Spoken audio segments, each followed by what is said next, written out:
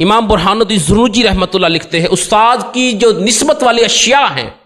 جس شیخ سے استاد کو نسبت ہو گئی ان کا بھی ادب و احترام ضروری ہے۔ اس کے حوالے سے انہوں نے ایک واقعہ درج کیا ہے، وہ لکھتے ہیں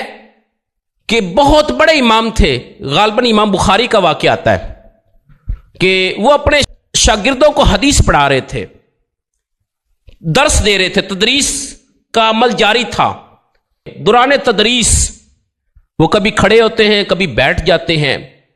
شاگرد جو مجلس میں بیٹھے تھے وہ سارا کچھ یہ دیکھ رہے ہیں، اور بعد میں جب مجلس ختم ہو جاتی ہے،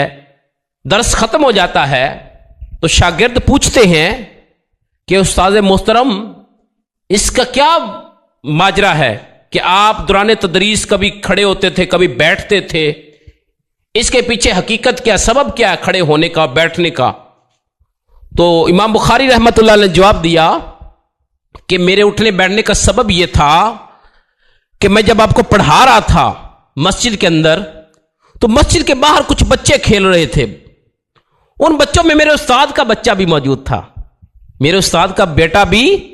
موجود تھا۔ جب کھیلتے کھیلتے جب وہ کبھی ادھر گھومتے، کبھی ادھر، دائیں بائیں بچے کھیلتے کھیلتے ادھر وہ دوڑ بھاگ رہے تھے، جب میری نظر اپنے استاد کے بیٹے میں پڑتی تھی تو میں اپنے استاد کے بیٹے کے ادب میں کھڑا ہو جاتا تھا،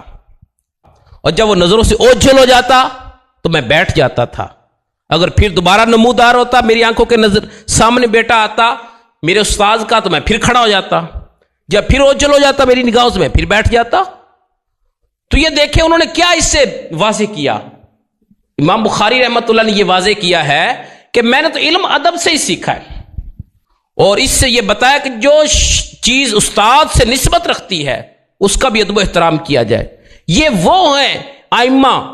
جو علم کے سمندر تھے، جو بحر العلوم تھے، اور جن کی بدولت آج ہم تک اسلامی تعلیمات پہنچی ہیں۔ ان کے ادب کا عالم کیا تھا، اور آج کے دور میں دیکھیں ادب کا معیار کم سے کم ہوتا چلا جا رہا ہے، ڈگریاں بڑھتی چلی جا رہی ہیں،